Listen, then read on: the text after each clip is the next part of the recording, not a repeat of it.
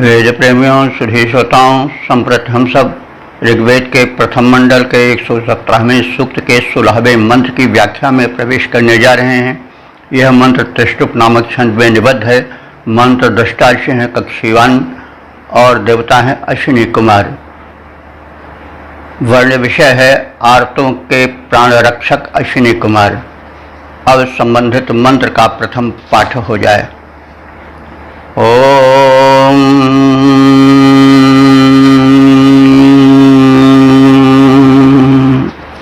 अजो हवीदश्विना वर्तिका वामास्नो यत् सीममुञ्चतं वृकस्य विजयुषा ययथुः सान्वैद्रैर्जातं विश्वाचो अहतं विषेण। शब्दार्थ, प्रसंग और भावार्थादि से परिचय प्राप्त करें। अश्विना, हे दोनों अश्विनी कुमारों। अब इन अश्विनी कुमारों से उनके रक्षण प्रसंगों को बताया जा रहा है, निवेदन किया जा रहा है और उसी संदर्भ में प्रार्थी अपने भी संरक्षण की मांग कर रहा है। तो इस प्रसंग में बटेर नाम के पक्षी को भेड़िए से बचाए जाने के वृत्तांत का कथन है और यहुष नरेश के पुत्र जाहुष के विश्वांग नाम के असुर पुत्र से रक्षा का वृत्तांत है। तो इन दोनों के संदर्भ में अर्थ व्याख्या आदि की जाएगी। तो ऋषि कह रहा है उनके प्राण रक्षक यानी अश्विनों के प्राण रक्षक संकट मोचक स्वरूप को कि अश्विना, हे दोनों अश्विनी कुमारों, तुम इतने दयालु हो कि मनुष्यों को कौन कहे, पशु पक्षियों की भी पुकार को सुनकर दयार्द होकर उनकी रक्षा करने लग जाते हो। वर्तिका वाम अजो हवीत। वर्तिका एक छोटा सा पक्षी है जिसको बटेर कहा जाता है। तो उस वर्तिका पक्षी बटेर को भेड़िए ने दबोच लिया था। उसने आर्त होकर पुकार की और ताम वर्तिकाम, उस वर्तिका को वाम माने तुम दोनों ने अजो हवीत सुरक्षा दी उनके करुण पुकार को सुनकर। तो बटेर पक्षी ने तुम दोनों को बुलाया। यत माने जब, सीम उसको, वृकस्य आसनः, वृक कहते हैं भेड़िए को और वृकस्य माने भेड़िए के, आसन कहते हैं मुख को, अस्यते अनैनिति आस्यः या उसी का आसना हो जाएगा। तो वृकस्य आसना माने भेड़िए के मुख से अमुंचतम, तुम दोनों ने उनको छुटकारा दिलाया यानी प्राण बचाए। इसी प्रकार से दूसरा उदाहरण आपके आर्त प्राणियों के संरक्षण के विषय में है कि जब यहुष पुत्र जाहुष को असुरों ने घेर लिया था, तब तुम दोनों अद्रेह सानुम, अद्र कहते हैं पर्वत को, अवद्रेह पर्वत की षष्ठी है, तो षष्ठी एक वचन, तो अद्र यानी पर्वत के, अद्रेह पर्वत के, सान कहते हैं चोटी को, तो अद्रेह सानुम पर्वत की चोटी को ययुषा वियथुः, ययुषा माने विजयी रथ से, वियथु माने विशेष रूप से लांघ गए। तो यहाँ पर रथ तो पर्वत चोटी को जिसमें अश्व जुटे हों सामान्य लांघ नहीं सकता है कोई, तो इससे प्रतीत होता है कि स्पष्ट भी हो रहा है कि कोई ऐसा यान, वायुयान था जिसके माध्यम से पर्वत की चोटी को लांघ करके जाहुष, जो जहुष राजा का पुत्र था, उसकी रक्षा की थी। तो जाहुषा वियथु, और जाहुष की रक्षा के लिए अद्रेह पर्वत की सान को, चोटी को तुम लांघ गए, और वहां पर जहां की विश्वंग के पुत्र, विश्वंग एक असुर था, उसका पुत्र कथित राजर्षि के पुत्र को घेरे था, सेना से वो उसके प्राणों पर बन आई थी, उसने पुकार किया, तो हे दोनों अश्विनी कुमारों, तुम अपने विजयी रथ से पर्वत की चोटी को लांघ गए, और फिर किया क्या कि विषेण, विष बुझे बाणों द्वारा, विश्ववाचः जातम अहतम, उस विश्व के पुत्र, जातम माने पुत्र को, अहतम माने मार डाला। तो चारों ओर से घेरा डाले उस विश्वंग असुर के पुत्र को विष बुझे बाणों से मार डाला, और इस प्रकार से जाहुष की रक्षा की। तो हे अश्विनी कुमारों, बटेर जाति के पक्षी ने तुम दोनों को भेड़िए के मुख में दबोच लिए जाने पर आर्त होकर के पुकारा,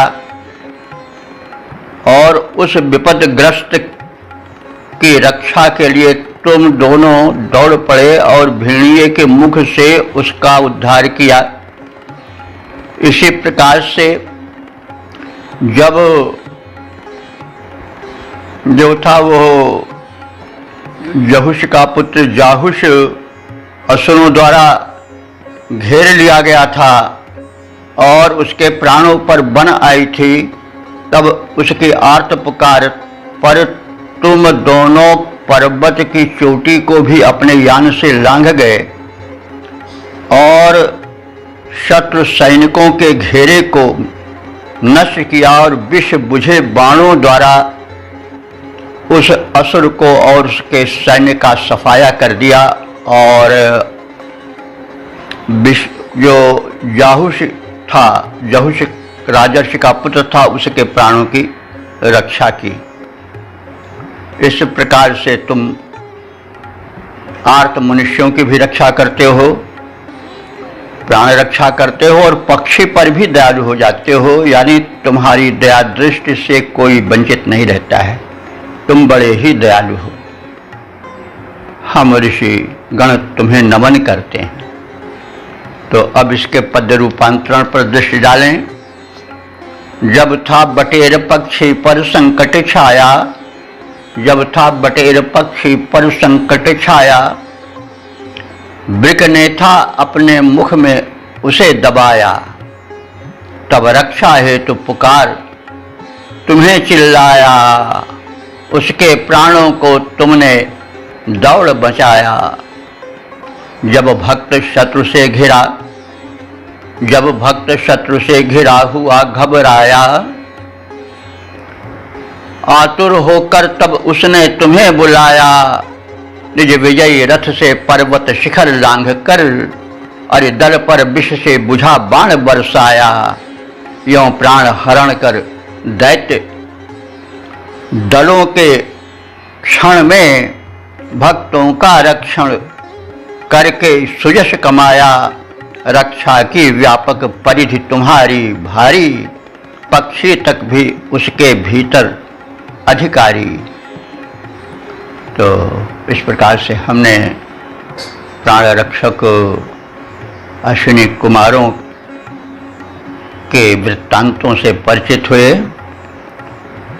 ओम वेद प्रेमियों, सुधी श्रोताओं, संप्रति हम सब ऋग्वेद के प्रथम मंडल के 117वें सूक्त के 17वें मंत्र की व्याख्या में प्रवेश करने जा रहे हैं।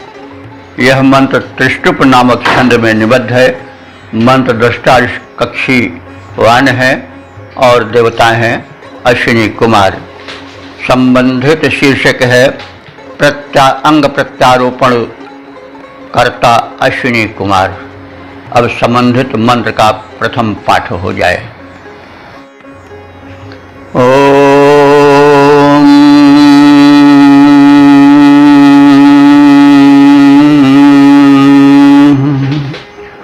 शतम मेषान ऋक्के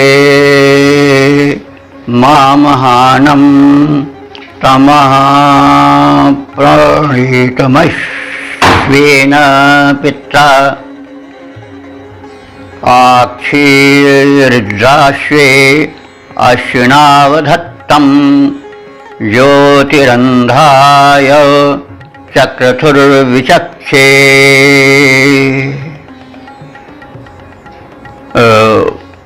प्रसंग शब्दार्थ भावार्थ आदि से परिचय प्राप्त करें।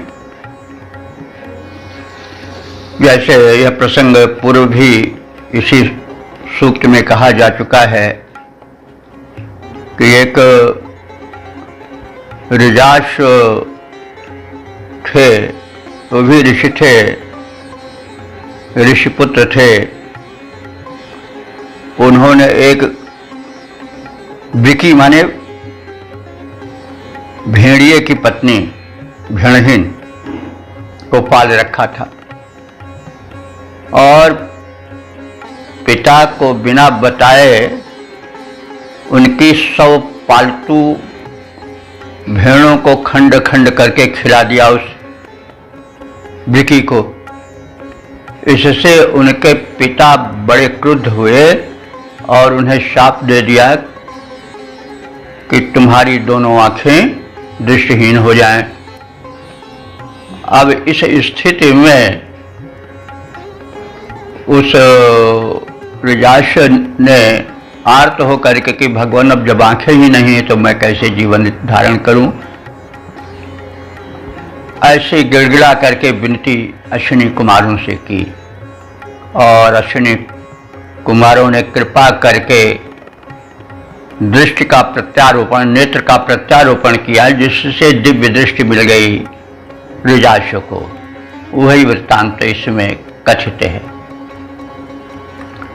तो वृक्के शतम मेषान, वृक्के माने वृकी को, शतम मेषान माने 100 भेड़ों को, मामहानम माने खंड खंड करके प्रदान करने वाले पुत्र को, अश्वेन पित्रा, अश्वेन माने उसका अकल्याण चाहने वाले, पित्रा माने पिता द्वारा।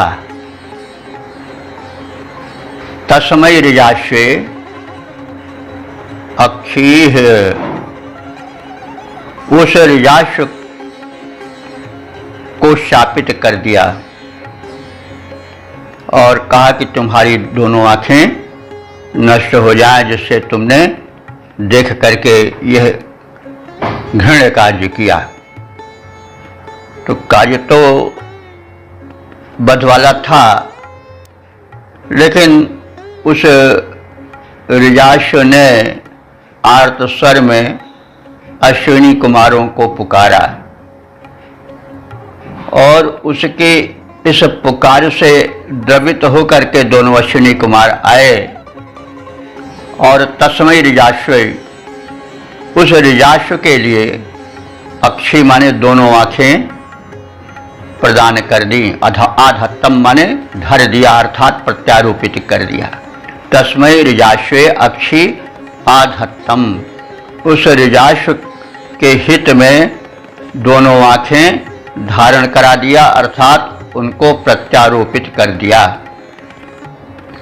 अंधा विचक्षे, इस प्रकार से उस अंधे ऋजाश्व को तुम दोनों ने दृष्टि दान किया। और ज्योति चक्रथु, और विशेष ज्योति से उन दोनों आंखों को तुम दोनों ने, अश्विनी कुमारों ने परिपूरित कर दिया, उनमें दिव्य ज्योति का प्रवेश कराया। तो इस प्रकार से ऋजाश्व ने वृकी को खाने के लिए 100 भेड़ें खंड खंड करके खिला दिया। इस पर उसके पिता ने क्रुद्ध होकर शाप देकर उसे अंधा बना दिया। हे अश्विनी कुमारों, उस अंधे असहाय ऋजाश्व की प्रार्थना पर तुम द्रवित हुए और तुमने उस अंधे ऋजाश्व में दोनों आंखें प्रत्यारोपित कर दी और उनमें विशेष ज्योति डाल दी। यह तुम्हारा बड़ा ही करुण और वैज्ञानिक कृत्य था, जिसका स्मरण कर हम लोग आज चकित हो रहे हैं। तो अब इस मंत्र का पद रूपांतरण भी देख लिया जाए। दे दी ऋजाश्व ने 100 भेड़ें, भेड़िया उन्हें चटकर जाए। दे दी ऋजाश्व ने 100 भेड़ें, भेड़िया उन्हें चटकर जाए। तब पिता रुष्ट हो गए और अत्यधिक क्रोध में भर आए। कर दिया उसे अंधा अपंग, कर दिया उसे अंधा अपंग। यह दंड कठोर प्रदान किया, व्याकुल ऋजाश्व हो गया और तुम दोनों का आह्वान किया।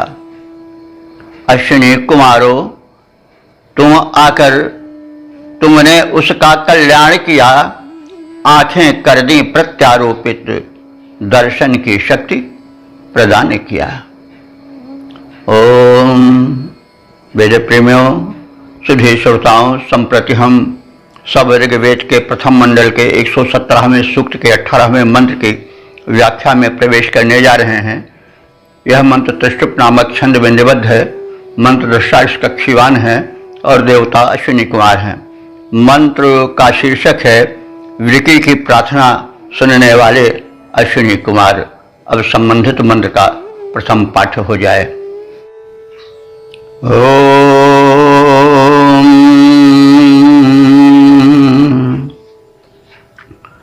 शुनमंधाय भरमहवयत्सा वृकीरश्विना वृषणा नरेति जारः कनीन इव चक्षुदान ऋज्राश्वः शतमेकं च महेशान।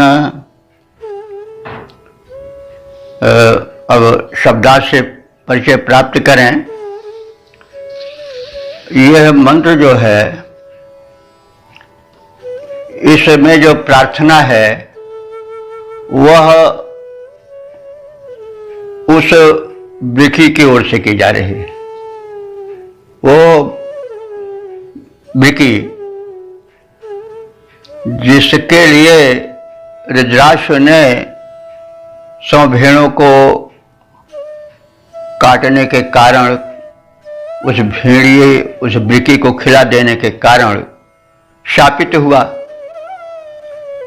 तो जब वह पिता के शाप के कारण अंधा बन गया, दोनों दृष्टि उसकी नष्ट हो गई, तो उस वृकी का हृदय भर आया और उसने करुणा भरे स्वर में अश्विनी कुमारों की पुकार लगाई। उसी का वर्णन है। तो सावृकी सामान्य वह वृकी माने भेड़िए की पत्नी भेड़हीन। अंधाय शुनम भरम, अंधाय माने अंधे को। तो यहां अंधा कौन? वही रजनीश जो शापित होकर अंधा हो गया था। वो शुनम भरम माने सुख भरा जीवन बिता सके, उसे आंखें मिल सके। एतदर्थ इति आह्वयत, इस प्रकार से अश्विनी कुमारों का आवाहन किया, करुण पुकार लगाई। तो हे कृपालु दयालु अश्विनी कुमारो, वृषाण नरा अश्विना, हे वृषाण, वृषणान, वृषण कहते हैं बलवान को भी, और वृषण कहते हैं कामनाओं की वर्षा करने वाले को। तो यहाँ पर कामनाओं की वर्षा करने वाला अर्थ यानी करुण पुकार सुनकर किसी की कामना की पूर्ति के लिए उस पर उपकार करना, दया दृष्टि डालना और अपने कृपा की वर्षा कर देना, यह अधिक उपयुक्त अर्थ होगा वृषण का। बलवान भी उसके साथ है, क्योंकि जिसमें शक्ति होगी वही तो कर पावेगा कार्य। तो संबोधित किया जा रहा है अश्विनी कुमारों को कि वृषणानर्षिणाय, हे अश्विनी कुमारों, तुम समर्थ भी हो और दया दृष्टि की वृष्टि करने वाले भी हो। तो हे अभिष्ट वर्षक अश्विनी कुमारों, उस रुद्राक्ष ने जो मुझे भेड़िए के कारण शापित हुआ है, जिसने अपराध अवश्य किया है, लेकिन उसमें दोष उसका नहीं है, मेरा दोष है। वो मुझ पर इस प्रकार से आसक्त था, मुझ पर इस प्रकार से वो दयालु था या प्रेम करता था। उसकी उपमा यह है कि कनीना जारह इव, जैसे किसी सुंदरी नवज्योति पर उसका जार माने उसका जो प्रेमी होता है वो प्रेम करता है, उसी प्रकार से गहरा प्रेम मुझ वृकी पर उस रुद्राक्ष का था। तो उसने प्रेम के आवेश में सब किया और मूल में उसका दोष ना होकर के मेरा ही दोष है। आसक्ति उसकी मुझ पर थी। अब चाहें तो आप यहाँ उस वृकी के स्थान पर किसी ऐसी नारी से भी मान सकते हैं जो कि बहुत मांसाहारी थी और भेड़िए की पत्नी यानी भेड़हीन की तरह मांस भक्षण पसंद करती थी। तो स्पष्ट तो वृकी ही कहा गया है, लेकिन अब वृकी तुल्य आचरण करने वाली किसी मांस भक्षणी युवती से भी आशय निकाला जा सकता है। तो क्योंकि प्रार्थना तो वैसे हृदय से सबकी सुन लेते हैं, पशु पक्षी की भी भगवान, लेकिन चाहें तो उसका साधारणीकरण भी कर सकते हैं मानव रूप में। तो उसने यह कहा कि हे भगवान, जैसे नवयुवती पर सुंदरी पर अत्यधिक आसक्त कोई उसका प्रेमी जार कहते हैं बिना विवाह के हुए किसी से प्रेम करना, तो जैसे जार प्रेमी कोई नवज्योति पर आसक्त हो करके शुद्ध बुद्ध भूल करके कुछ कार्य कर डालता है, वैसे ही उसने भेड़ों के वध का कार्य किया। तो हे अभीष्ट वर्षक अश्विनी कुमारों, तरुण जार जैसे तरुणी को सर्वस्व लुटा देता है, सुध बुध खो देता है, तो उसी प्रकार से शतम एकम चा महिषान, शतम एकम चा माने 101, महिषान माने भेड़ों को उसने यानी रुद्रासु ने खंड खंड करके मुझे खिला दिया। तो चक्षुदान, और उसे चक्षुदान आप दें, चक्षुदान दें, उसको दृष्टि लौटा दें, ऐसी प्रार्थना उस विकी ने किया। तात्पर्य, जब रिजाश्व अंधा हो गया तब विकी प्रार्थना करने लगी, हे अश्विनी कुमारों, जैसे तरुण कामुक जार आसक्ति से अंधा होकर के किसी अपनी प्रेमिका युवती को अपना सर्वस्व दे देता है, आगा पीछा नहीं सोच पाता है, वैसे ही इस रुद्रासु ने मुझे 101 भेड़ें खाने को दी थी। तो उसमें उसका दोष नहीं, मेरा दोष है। अगर आप उचित तो समझें तो मुझ पर कृपा दृष्टि डालें। तो इस प्रार्थना से जो थे वो अश्विनी कुमार दयार्द हो गए और उस रुद्रासु को उसके नेत्र लौटा दिए। पद रूपांतरण देखें। अंधेपन ने रुद्रासु के अतिशय विकी हृदय को कष्ट दिया। अंधेपन ने रुद्रासु के अतिशय विकी हृदय को कष्ट दिया। उसने अश्विनी कुमारों को विनती करना प्रारंभ किया। अपना सर्वस्व लुटा देता, अपना सर्वस्व लुटा देता प्रेमिका हेतु प्रेमी जैसे इस नृपसुत ने 101 भेड़ें दी हैं मुझको, वैसे मेरे ही लिए रुद्रासु कुंवर ने सारा संकट मोल लिया। अंधेपन ने रुद्रासु के अतिशय विकी हृदय को कष्ट दिया। उसने अश्विनी कुमारों की विनती करना प्रारंभ किया। ओम वेद प्रेमियों, सुधी श्रोताओं, संप्रति हम सब ऋग्वेद के प्रथम मंडल के 117वें सूक्त के 19वें मंत्र की व्याख्या में प्रवेश करने जा रहे हैं। यह मंत्र त्रिष्टुप नामक छंद में निबद्ध है।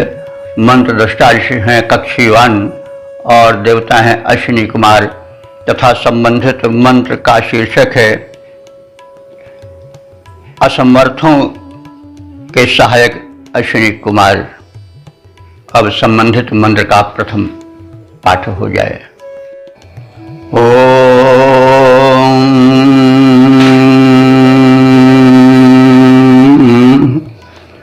मही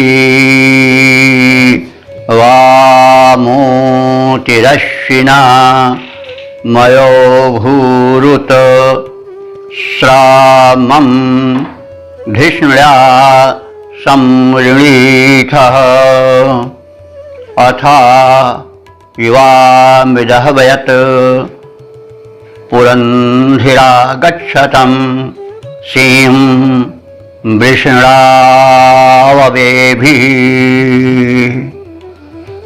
प्रसंग शब्दार्थ आज से परिचय पाएं तो अश्विनी कुमार अपंग विकलांगों के सहायक थे और इस प्रसंग में अत्रि आदि ऋषियों का नेत्रारोपण किया। जैसा पिछले मंत्रों में कहा गया है, विश्वला जिसकी टांग कट गई थी उस टांग का लौह जंग लगा करके प्रत्यारोपण किया और एक घोषा नाम की विदुषी स्त्री थी जिसको कुष्ठ रोग हो गया था, इसलिए वो पति द्वारा त्याग दी गई थी और अपने पिता के घर पर पड़ी पड़ी वृद्धा हो गई और उसकी चमड़ियां झूल गई थी। इस स्थिति में अश्विनी कुमारों ने उस अबला नारी घोषा की रक्षा की थी, उसको युवती बना दिया था और उसका विवाह भी करवा दिया था एक बड़े ऋषि के साथ। तो इन्हीं सब प्रसंगों को स्मरण दिलाया गया है, यद्यपि इसकी चर्चा पहले मंत्रों में भी हो चुकी है, लेकिन किसी का जो महान कार्य होता है उसको बार बार याद दिलाया जाता है ताकि संबंधित शक्ति या संबंधित देव की कृपा दृष्टि मिल सके। तो अब शब्दार्थ यह होगा कि धृष्णया, हे बुद्धिमान विष्णु अश्विना, हे बलवान अश्विनी कुमारो अथवा अभीष्ट वर्षक अश्विनी कुमारो, वाम ऊति ही, वाम माने युवाम, तुम दोनों के द्वारा प्रदत्त, ऊति माने संरक्षण,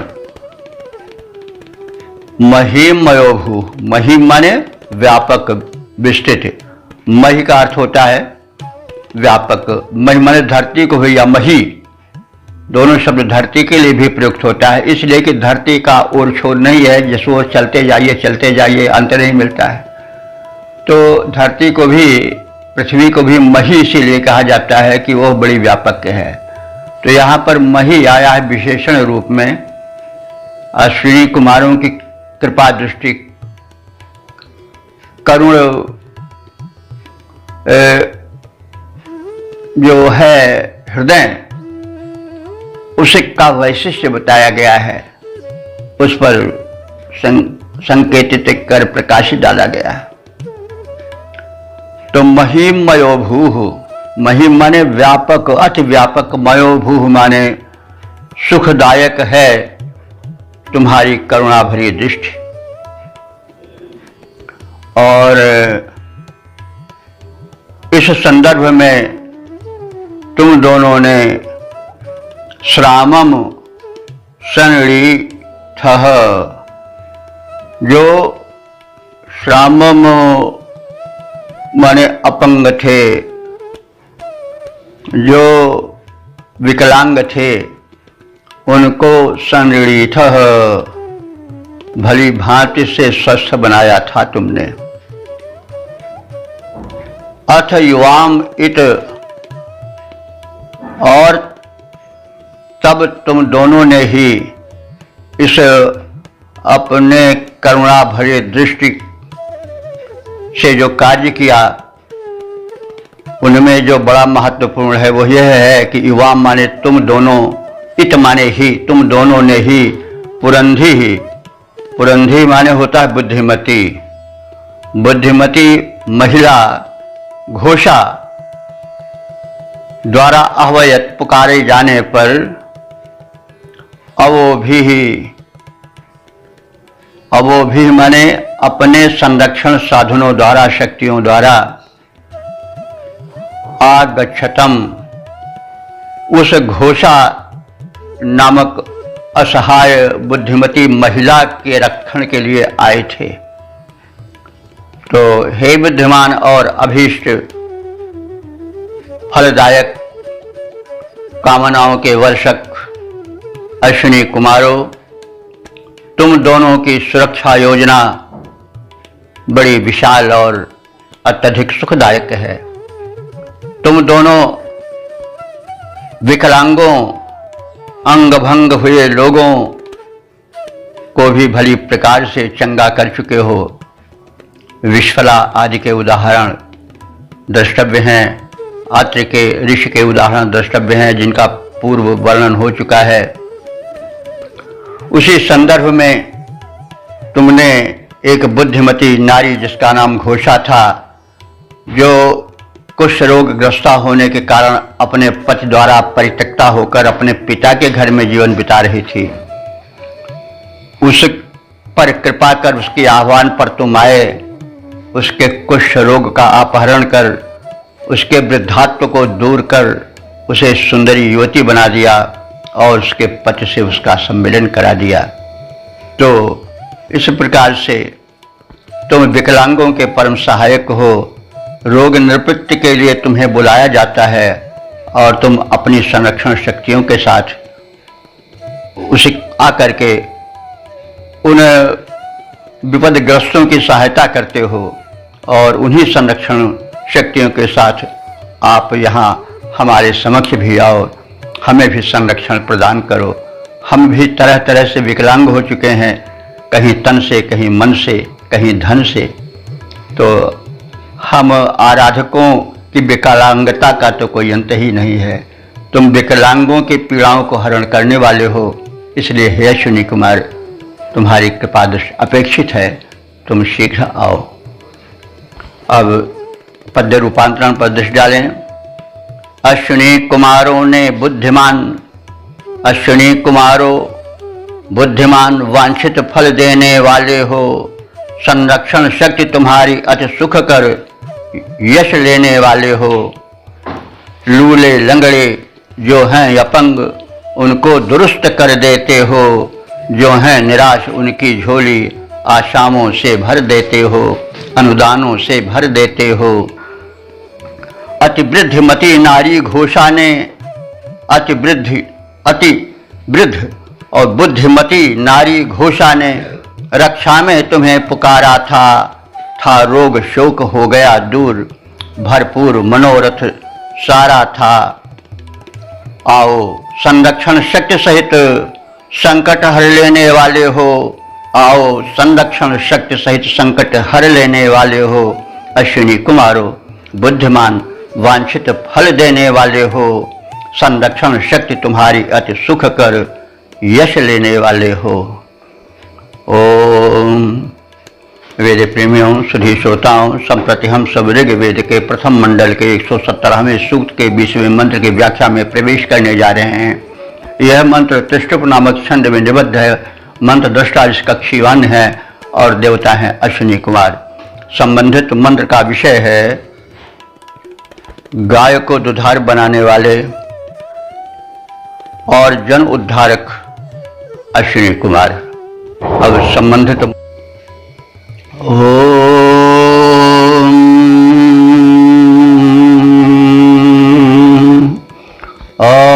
धेनुं दस्रा स्तर्यं विषक्तामपिन्वतं शयवे अश्विनागाम्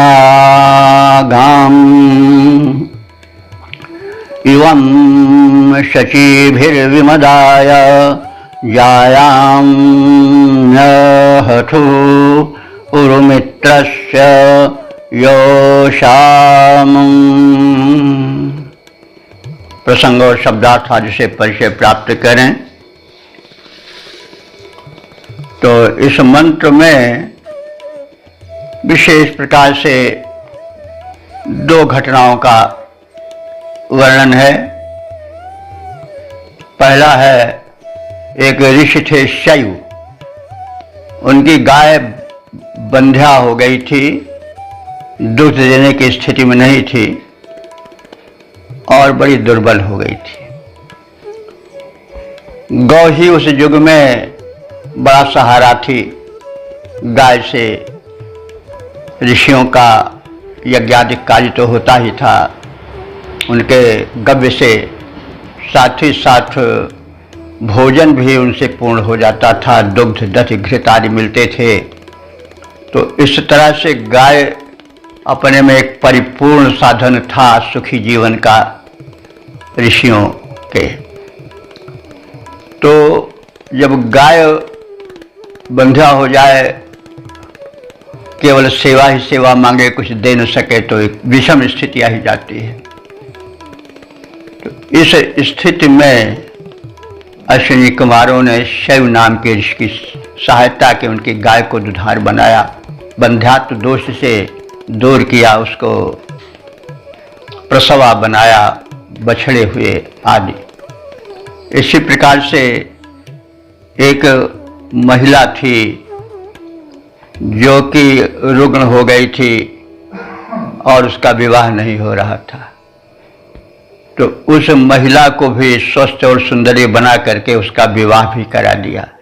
तो अश्विनी कुमार एक अच्छे वैद्य के साथ ही साथ एक लोकोपकार की भूमिका में भी देखे जा रहे हैं।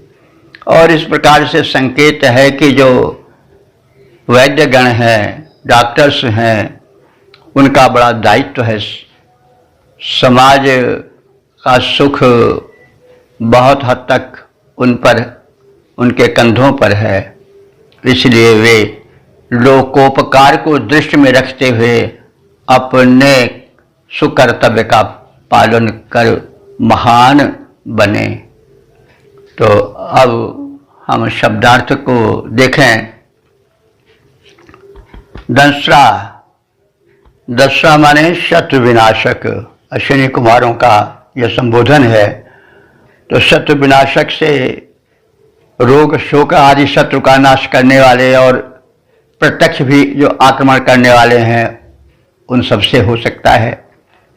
तो हे दसरा, हे शत्रु विनाशक दोनों अश्विनी कुमारों, आश्चर्यम अधेनुम, जो कि बंध्या हो चुकी थी, और अधेनु माने धेनु न रह गई थी, अर्थात धेनु का कार्य दुग्ध देना है, बछड़ा पैदा करना है, तो उससे वो शून्य हो गई थी, वह दुर्बल हो गई थी, दुग्ध न देने वाली स्थिति में हो गई थी, अत्यंत कृषगाता दुर्बल बन गई थी। और वो गाय किसकी थी? शैव ऋषि की थी। तो ऐसे शैवे माने शैव ऋषि के लिए तुमने बड़ा लोकोपकारी कार्य किया, और उस गाय को स्वस्थ और प्रसूता बनाकर दुधार बना दिया, और अपन्वित, तुम दोनों ने अपन्वितम, उस गाय को हृष्ट पुष्ट बना दिया। तो इस प्रकार से तुमने शैव ऋषि का उपकार किया। उनकी बंध्या दुर्बल पड़ी गाय को दुग्धवती बना करके, प्रसव की स्थिति में ला करके अपने उपचार पद्धति द्वारा उसको हृष्ट पुष्ट करा करके बड़ा ही उपकार किया। और एवं माने तुम दोनों ने ही शची भी अपने उपचार संबंधी, शची कहते हैं शक्ति को, तो शची भी माने शक्तियों द्वारा, अर्थात उपचार पद्धति की श्रेष्ठ शक्तियों द्वारा पूर्व मित्र से योशाम, एक पूर्व मित्र नाम के राजर्षि थे, उनकी पुत्री थी, उसको तुमने स्वस्थ किया। वो विकलांग हो चुकी थी, रुग्णा थी, उसका विवाह कोई करने को तैयार नहीं हो रहा था। तो ऐसे पूर्व मित्र की पुत्री कन्या को तुमने सक्षम बनाया, उसको स्वस्थ बनाया, उसके रोग को दूर किया, उसको सुंदरी नवज्योति बनाया, और विमदाय जायाम, विमद नाम के प्रसिद्ध ऋषि की पत्नी, जाया माने पत्नी का बना दिया। तो विमद एक ऋषि का नाम है, वैसे जिसके मद न हो, घमंड न हो, वह विमद है। तो जो नाम था वह गुण के अनुसार रखा जाता था। तो विमद कोई साधारण ऋषि नहीं थे। अब उनके काम क्रोध मद लोभ आदि के विकार ही नहीं थे, इसलिए बड़े ऊंचे थे। तो ऐसे विमद ऋषि के साथ उसका विवाह कराया। उन पुरुमित्र की पुत्री का एक बड़े ही सुप्रसिद्ध विमद नाम के ऋषि की जाया बना दिया, पत्नी बना दिया, अनंत विवाह करा दिया। तो हे शत्रुनाशक अश्विनी कुमारों, बछड़ा न उत्पन्न करने के कारण बंध्या हो गई, दुर्बल पड़ गई, दुग्ध न देने की स्थिति में हो गई। गाय जो कि शैव नाम के ऋषि की थी, उसको स्वस्थ करके दुधार बना करके उन ऋषि का तुमने कल्याण किया। तुम दोनों ने, क्योंकि अश्विनी कुमार सदैव दो रहते हैं, उनके साथ जो क्रिया प्रयुक्त होती है वह द्विवचनांत होती है। इस प्रकार से तुमने शैव ऋषि का उपकार किया, उस धेनु का उद्धार किया और उसको दुधार बना दिया। इसी प्रकार से राजा पुरुमित्र की पुत्री को तुमने उपचार द्वारा स्वस्थ और सुंदरी बना करके इस योग्य कर दिया कि विमद नाम के प्रसिद्ध ऋषि से विवाह होने के योग्य बन गई। और इस प्रकार से तुमने पशुओं का और मानवों का साथ साथ कल्याण किया, उपचार किया और बड़ा ही यश प्राप्त किया। तो तब ऋषि से विवाह हो जाना बहुत बड़ी चीज़ थी। आज तो साधु लोग से नहीं विवाह करते हैं, साधु महात्मा जो है विवाह करते हैं, कुछ पद्धत चल गई, लेकिन पहले ऋषि जो थे विवाहित होते थे। हम सब जो है ऋषि संतान हैं, सबका गोत्र है, किसी का गौतम है, किसी का गर्ग है, वो सब ऋषि ही थे। तो ऋषि से विवाह कर देना बहुत बड़ी चीज़ है। राजा महाराजा प्रायः ऋषियों को अपनी कन्याएं देते थे। तो तब ऋषियों का बड़ा ऊंचा स्थान था, तपस्वियों, त्यागियों, विद्वानों का आदर होता था। इसीलिए विज्ञान और तप और त्याग उस युग में बहुत उच्च कोटि पर था। आज इसका अभाव हो गया है। आज विद्वान सबसे नीची कोटि में रखे जाते हैं और जो धूर्त हैं, जो और लफंगे हैं, चालबाज हैं, वही चारों ओर छाए हुए हैं। कहना नहीं चाहिए लेकिन कहना ही पड़ता है कि लोग बताते हैं कि संसद में 80% लोग गुंडे लफंगे भरे हुए हैं। तो अब उसका कुपरिणाम देश भोग रहा है। इतना समृद्ध देश होते हुए भी आज जो है वो विकसित राष्ट्र नहीं कहा जा रहा है, वो विकासशील यानी अभी पिछड़े राष्ट्रों की श्रेणी में ही आ रहा है। भले इस समय प्रयास हो रहा है, समाचार में आ रहा है कि भारत आगे बढ़ रहा है, तो अच्छा है। तो वहाँ भी शासकों की पटुता और वैज्ञानिकों, विद्वानों को संरक्षण देने की भावना छिपी है। तो यह हम थोड़ा इसलिए कह दिए कि समाज में विद्वानों की प्रतिष्ठा होनी चाहिए, त्यागियों, तपस्वियों का सम्मान होना चाहिए और उनको सर्वोपरि स्थान देना चाहिए। उनका हित करके, यहाँ तक विवाह संबंध जोड़ करके भी सत्ताधीशों को हर्ष का अनुभव करना चाहिए। तो ये सब संकेत हैं छिपे हुए, क्योंकि ऋषि तो त्रिकालदर्शी थे, वे जानते थे कि भविष्य कैसा होगा। तो इसलिए संदेश जो है वो त्रिकाल बाधित उनका होता है। तो यही कुछ इसमें कहा गया है। संदेश तो हर एक मंत्र में है। वेद के मंत्र बड़े गूढ़ हैं, संदेशों से भरे हुए हैं, साक्षात परब्रह्म परमात्मा की वाणी है। इसलिए उन पर चिंतन, मनन, मंथन बड़ा आवश्यक है। इससे देश का ही नहीं विदेश का भी कल्याण होगा, पूरी मानव जाति का, प्राणी मात्र का कल्याण होगा। इसलिए हमें वेदार्थ पर, वेदों के प्रचार प्रसार पर, मंत्रोच्चारण पर विशेष ध्यान देना चाहिए। मंत्रों में शब्द जो है, रचना इस प्रकार से सजाई रहती है कि उनके उच्चारण से जो तरंगें उठती हैं वे कल्याणकारी होती हैं, पाप, शाप, रोग, दोष की हारिणी होती हैं। इन सब बातों को ध्यान करके हमें पुनः वैदिक जीवन की ओर लौटना होगा, अपने उद्धार के लिए, देश के उद्धार के लिए। तो अब हम इस मंत्र के छंदोबद्ध रूप पर भी दृष्टि डाल दें। अरिसंहारक अश्विनी कुमारो, तुमने बहु उपकार किया, ऋषि शैव के हित में क्षीण गाय बंध्या को बना दुधार दिया। अरिसंहारक अश्विनी कुमारो, तुमने बहु उपकार किया, ऋषि शैव के हित में क्षीण गाय बंध्या को बना दुधार दिया। राजा पुरुमित्र की सुता विवाह का अपने ऊपर भार लिया। राजा पुरुमित्र की सुता जो रुग्णा थी, उसके विवाह का अपने ऊपर भार लिया। फिर निज प्रयत्न बल से उसको ऋषि विमद की पत्नी बना दिया। ऋषि विमद की पत्नी बना दिया। अरिसंहारक अश्विनी कुमारो, तुमने बहु उपकार किया। ओम।